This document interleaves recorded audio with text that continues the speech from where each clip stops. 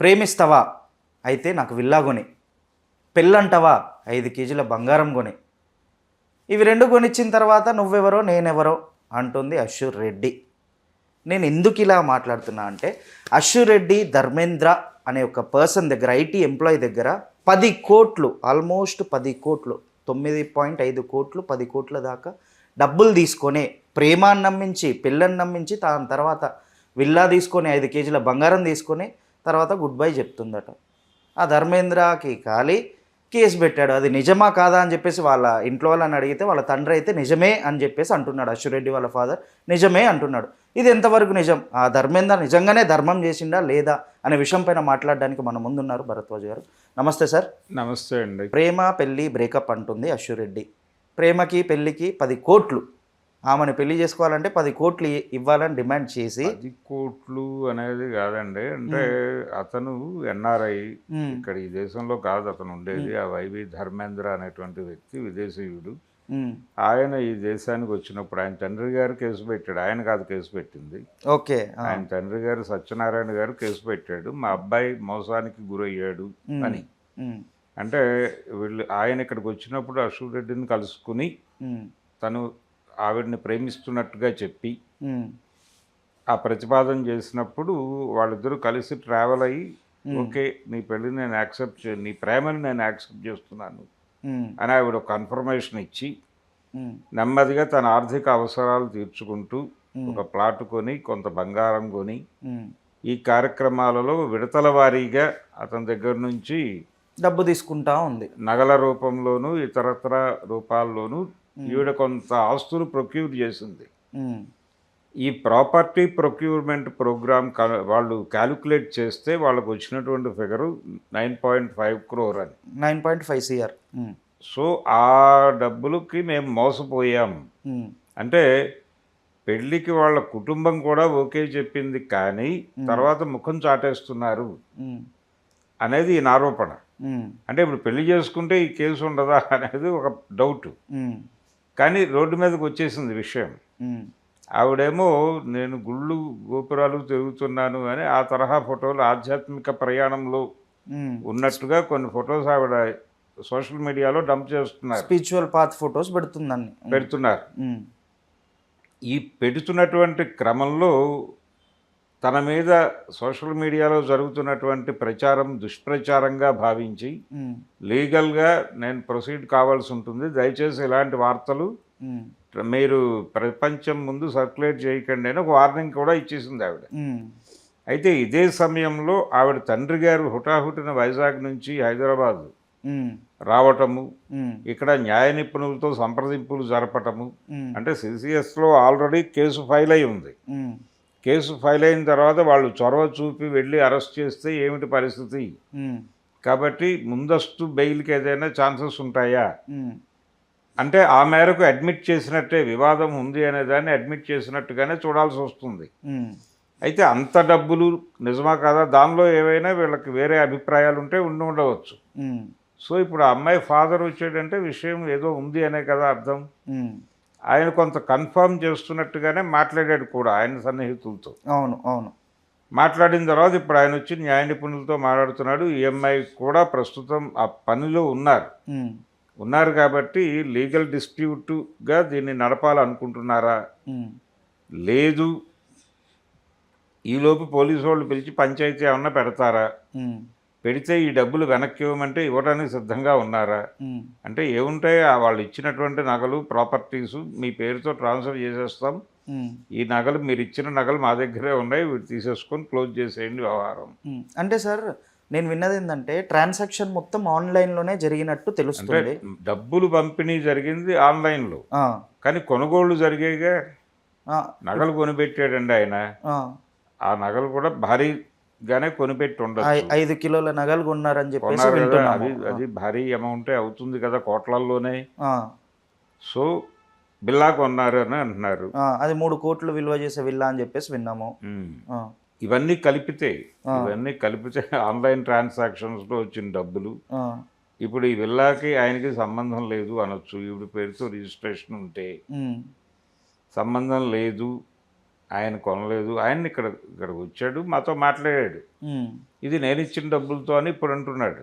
ఉమ్, కొన్ని నగలు ఇచ్చిన మాట వాస్తవమే, ఉమ్, ఆ నగలు ఉన్నాయి, ఉమ్, కానీ ఆయన చెప్తున్న నెంబర్ కాదు. ఉమ్, ఆన్లైన్లో ఆయన పంపించిన డబ్బులు ఉన్నాయి, ఉమ్. Statements through.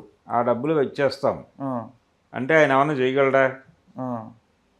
కాబట్టి ఇది పంచాయతీ జరుగుతుంది. ఈ పంచాయతీలో ఎవరు గెలుస్తారు అనేది. అండ్ ఇది మన ఇంకోటి విన్నది ఏంటంటే సార్, అశ్విరెడ్డి వాళ్ళ చెల్లి కూడా ధర్మేంద్ర అనే పర్సన్ దగ్గర నుంచి 50 లక్షలు తీసుకుంది అనేది కూడా విన్నాము. ఇది ఎంతవరకు నిజం సార్? తీసుకొనే ఉంటుందా? పరిచయంలో ఉన్నప్పుడు, ఒక పరిచయంలో ఉన్నప్పుడు ఆర్థిక వ్యవహారాల్లో ఒక అడుగు ముందుకేసి అడిగి ఉండొచ్చు కదా. అదేమీ తప్పుగా ఆ రోజున ఆయన అనుకోలేదు, ఈవిడ అనుకొని ఉండకపోవచ్చు. అంటే 50 లక్షలు ఆయన పంపించిన దానికి ఏదో ఆధారం ఉండి క్లెయిమ్ చేస్తూ ఉండుంటాడు కదా. ఆధారం అంటే ఆన్లైన్ ట్రాన్సాక్షన్, బ్యాంక్ అకౌంట్ నుంచి అకౌంట్లోకి ట్రాన్స్ఫర్ చేసి ఉంటాడు. దానికి సంబంధించినటువంటి ఆ ట్రాన్సాక్షన్ జరిగిన దాని తాలూకా డీటెయిల్స్ ఏవో చూపిస్తారు కదా. అది చాలు కదా కేసు బుక్ చేయటానికి. సో అతను తన దగ్గర నుంచి ఆ అమ్మాయి వాళ్ళ ఫ్యామిలీ ఈ 9.5లోనే అది కూడా ఉండుండొచ్చు. సో టోటల్గా అన్ని డీటెయిల్స్ ఆయన నేను ఇచ్చాను అన్నదాని వివరాలన్నీ ఆయన రోడ్డు మీద పెడతాడు. రేపు పొద్దున ఆ విల్లాకి సంబంధించి అది ఎవరి పేరుతో ఉన్నా కానీ ఆ టైంలో జరిగిన ట్రాన్సాక్షన్స్ ఉంటాయి అవతల వాళ్ళతో, బిల్డర్తోనో లేకపోతే వేరే పార్టీతోనో. ఆ జరిగిన ట్రాన్సాక్షన్స్లో ఇతని అకౌంట్లోంచి అతని అకౌంట్కి డబ్బులు వెళ్ళినా అది ఎవిడెన్స్ అయ్యి ఇవన్నీ రోడ్డు మీదకి వస్తాయి. ఇప్పుడు రోడ్డు మీదకి వచ్చిన తర్వాత ఇవన్నీ పెట్టి క్యాలిక్యులేట్ చేసి పోలీసు వారు ఒక వన్ టైం సెటిల్మెంట్ కార్యక్రమం ఏదో జరుగుతుంది. సో వివాదమే లేదు, ఇవన్నీ కాదు, అనవసరమైన మనస్పర్ధలు ఇవన్నీ. మేమిద్దరం స్టిల్ ప్రేమలోనే ఉన్నాం, అనవసరంగా జరిగిన గొడవ ఇది.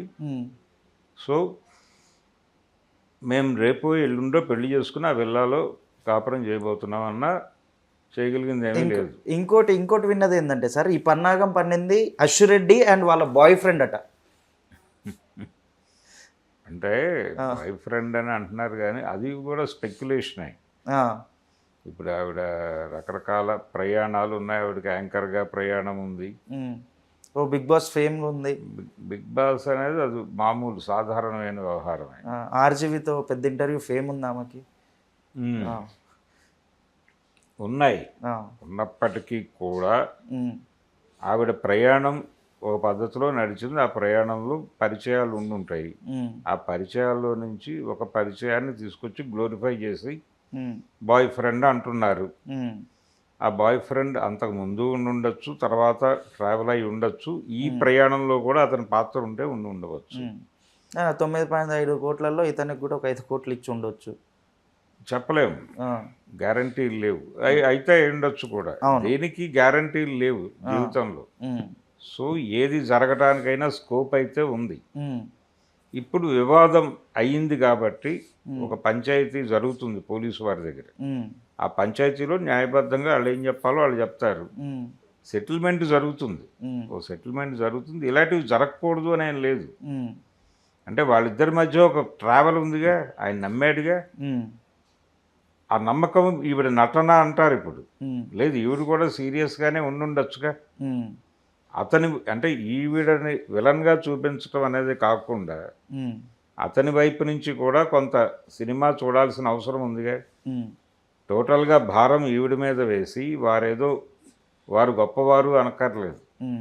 అంటే ఈవిడకి న్యూస్ కన్జంప్షన్ ఎక్కువ ఉంది. ఈవిడ పేరు పెట్టడం వల్ల వార్తకు వాల్యూ వస్తుంది అన్ని విధాలుగా. పోలీసుల దగ్గర కూడా దానికి వాల్యూ ఎక్కడ వస్తుంది? ఒక ఇన్నోసెంట్ గర్ల్ ఇలా చేసింది అంటే వేరు. ఈ అమ్మాయి ఎంతో కొంత సెలబ్రిటీ, ఆ సెలబ్రిటీ అనే అమ్మాయి నన్ను మోసం చేసింది అనే దాని తాలూకా ఇంపాక్ట్ వేరుగా ఉంటుంది. సో ఆ ఇంపాక్ట్ క్రియేట్ చేశాడు అతను. అతనికి ఆ ఊహ ఉంది, ఆ వ్యవహారం ఉంది కాబట్టి ఆయన ఏదో శుద్ధపూస అనుకోనక్కర్లేదు.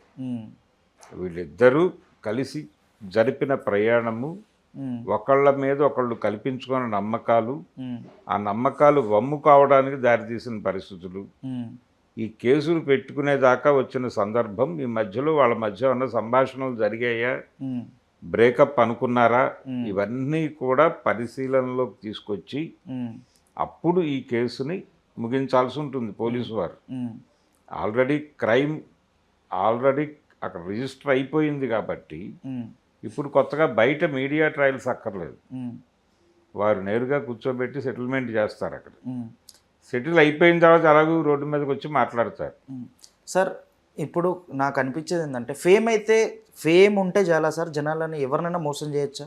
మొన్న రీసెంట్గా మంగళి మీద కొన్ని ఆరోపణలు వచ్చాయి, ఇప్పుడు అశూర్ రెడ్డి. ఏది చూసినా ఎవరు చూసినా కోట్లలో డీలే. ఎట్లా ఫేమ్ ఉంటే మనుషులని జనాలని మోసం చేసేయచ్చా? ఏమండి, అవతలోడు అప్రోచ్ అవుతాడండి, మీకు అది ఏదో మీరు నోన్ ఫేస్ అనే కదా వచ్చేది. వచ్చాడు, ఆయనకి ఏదో ఇంట్రెస్ట్ ఉంది ఆ అమ్మాయి మీద, వచ్చాడు, మాట్లాడాడు. ఆ ప్రయాణంలో అతను కొంచెం సౌండ్ పార్టీ అని చెప్పేసి సౌండ్ అని అలా అనటం కాదు, ఆ జర్నీలో ఆ అమ్మాయికి ఏదో ప్రాబ్లం ఉందని తెలిసి ఉంటుంది అతనికి. 10 తను కోట్లు చొరవ అతను చెప్తున్న దానిలోనే ఆవిడకి ఆర్థిక సమస్యలు ఉన్నాయి, పరిష్కరించానని చెప్తున్నాడు. ఆవిడ చెప్పుండొచ్చు, బాధ్యత తీసుకుంటాను నేను అని ఇతను నమ్మకం కలిగించడంలో భాగంగా ఎంటర్ అయి ఉండొచ్చు. అవన్నీ బాగున్న రోజుల్లో బాగానే ఉంటాయి, చెడిన రోజుల్లో అవన్నీ దుర్మార్గాలుగా కనిపిస్తున్నాయి. అవును, అందుకని నేను వారు గొప్పవారు వీరు కాదు, వీరు దుర్మార్గులు అనుకోనక్కర్లా, లేదా వీరు గొప్పవారు వారు దుర్మార్గులు అనుకోనక్కర్లేదు. ఇద్దరికీ ఈక్వల్ షేరే ఉంటుంది అక్కడ.